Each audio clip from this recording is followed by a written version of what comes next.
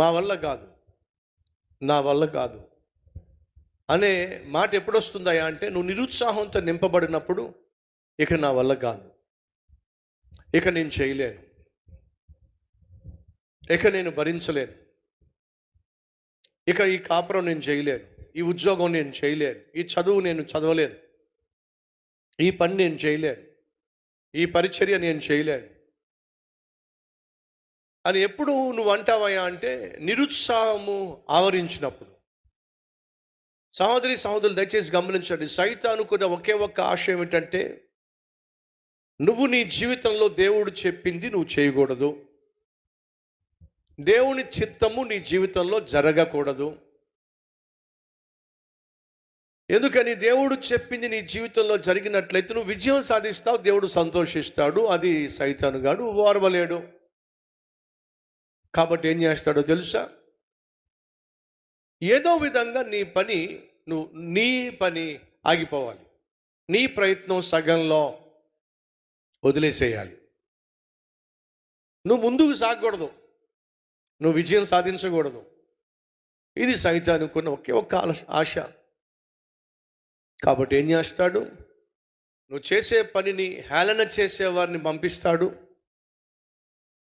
నువ్వు ప్రార్థనలో బహుబలంగా ఉన్నట్లయితే నీ చుట్టూ ఉన్న వారిని నీ మీదకి లేపుతాడు. వాళ్ళన్న మాటలను, వాళ్ళు చేసేటటువంటి దుష్కార్యాలను పట్టించుకోక నీ పని నువ్వు చేసుకుంటూ వెళితే, నీ చుట్టూ నీతో పాటు ఉన్నవారిలో నుండే ఎవడో ఒకరిని లేపుతాడు. దేనికి? నిరుత్సాహపరచడానికి. దేనికి? మన వల్ల కాదిది అని చెప్పడానికి. దేనికి? ఇక నీతో పాటు మేము రాలేమో, నీతో పాటు కలిసి పని చేయలేమో, మా వల్ల కాదు అని చెప్పడానికి. ఇది అంతరంగంగా మనతో ఉన్న వాళ్ళనే మనకు వ్యతిరేకంగా ఎగదొయ్యడం ద్వారా మనం నిరుత్సాహపడతాం. అరే, నాతో ఉన్నవాడే నాకు వ్యతిరేకంగా మాట్లాడుతున్నాడు ఏమిటి? నాతో కలిసి పనిచేసేవాడే, నేను నమ్మినవాడే, నా అనుకున్నవాడే ఈరోజు నేను చేస్తున్న పనినే ప్రశ్నిస్తున్నాడు. నాతో కలిసి పనిచేసిన వాడు, పరిచర్య చేసిన వాడు ఈరోజు నాకు వ్యతిరేకంగా మాట్లాడుతున్నాడు. ఖచ్చితంగా చేయగలం అనుకున్నాం, కానీ ఇప్పుడు నాకు తోడుగా ఉండి చేస్తానన్నవాడు ఇప్పుడు చేయనంటున్నాడు. సగంలో వదిలిపెట్టేశాడు. నిరుత్సాహం. నీకు వ్యతిరేకంగా మాట్లాడుతుంది వేరే శత్రువు అయినట్లయితే నువ్వు పట్టించుకో. కానీ నువ్వు బహుగా నమ్మినటువంటి నీ సహోదరుడు కావచ్చు, తోబుట్టువు కావచ్చు, పార్ట్నర్ కావచ్చు, ఇంటివాడే కావచ్చు, వ్యతిరేకంగా మాట్లాడుతుంటే నువ్వు ఎలా తట్టుకోగలవు? నిరుత్సాహం వచ్చేస్తుంది. నిరుత్సాహము అనేది సైతాను బహు తెలివిగా దేవుని పిల్లలుగా పిలువబడుతున్న మన జీవితంలో పంపించేటటువంటి భయంకరమైన ఆయుధం, భయంకరమైనటువంటి ఆత్మీయ రోగం. ఎప్పుడు చెప్తూ ఉంటాను, ఆ జీవిత ప్రయాణంలో 20స్లోనే, అంటే 20 సంవత్సరాల నుంచి 30 సంవత్సరాల మధ్యలో నా జీవితంలో దేవుడు చాలా చాలా విలువైన పాఠాలు నేర్పించాడు. బలమైనటువంటి, స్థిరమైనటువంటి కొన్ని నిర్ణయాలు తీసుకునే కృపనిచ్చాడు. అందులో ఒకటి, నేను చేసే సేవను, నన్ను ఎవరు విమర్శించినా పట్టించుకోవద్దు అని ప్రభు నాకు 20స్లోనే నేర్పించాడు. ఎగ్జామ్ పాస్ అవ్వాలి, విజయం సాధించాలి, ఉన్నత స్థితికి వెళ్ళాలి అని నువ్వు ఎగ్జామ్ హాల్లో కూర్చొని ఎగ్జామ్స్ రాస్తున్నప్పుడు పక్కోడు జోలికి నువ్వు వెళ్ళావు. నీ బ్రతుకు, నీ భవిష్యత్తు, ఆ భవిష్యత్తుకు భద్రత నువ్వు రాసే పరీక్ష మీద ఆధారపడి ఉంది అని గ్రహించినప్పుడు ఏం చేస్తావు? ఉన్నది 2 గంటల సమయం, ఒక్క నిమిషం కూడా వేస్ట్ కాకూడదు అనుకున్నప్పుడు ఏం చేస్తావు?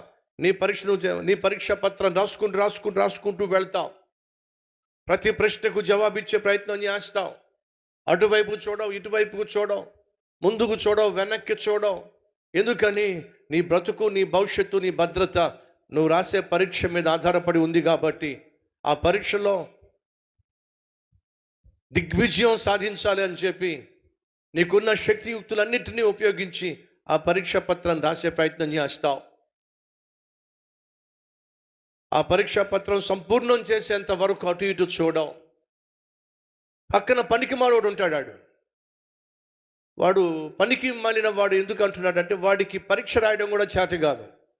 ఆ పరీక్షకు వాడు సిద్ధపడలేదు. పరీక్షకు తగినటువంటిగా చదువుకోలేదు, చదవలేదు, సిద్ధపడలేదు. వాడి బ్రతుకు, వాడి భవిష్యత్తు, వాడికి భద్రత అగోచరము, అగమ్యము వాడికే తెలియదు. ఈ చదువు సంధ్య లేని వాడు ఏం చేస్తాడో చెప్పండి? ముందు చూస్తాడు, కుడివైపు చూస్తాడు, ఎడమవైపు చూస్తాడు, అన్ని వైపులా చూస్తాడు.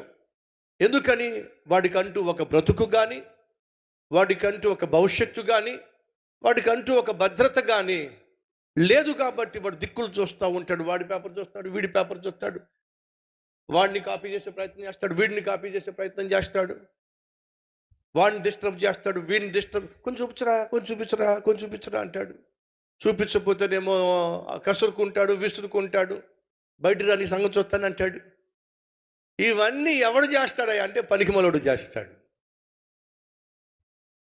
సో ఈ పనికి మాలిన వాళ్ళు, పరీక్ష రాయలేని వాళ్ళు, పరీక్ష పాస్ కాలేని వాళ్ళు అందరినీ చూస్తాడు. ఎవడు ఎలా ఎగ్జామ్ రాస్తున్నాడు, ఎంతసేపు రాస్తున్నాడు, ఎన్ని టౌన్లు తీసుకుంటున్నాడు, అదే పని వాడిది. దేవుడు నాకు నేర్పించిన పాఠం ఏంటి తెలుసా? నేను నీకు ఇచ్చిన పని చేసుకుంటూ ముందుకెళ్ళో.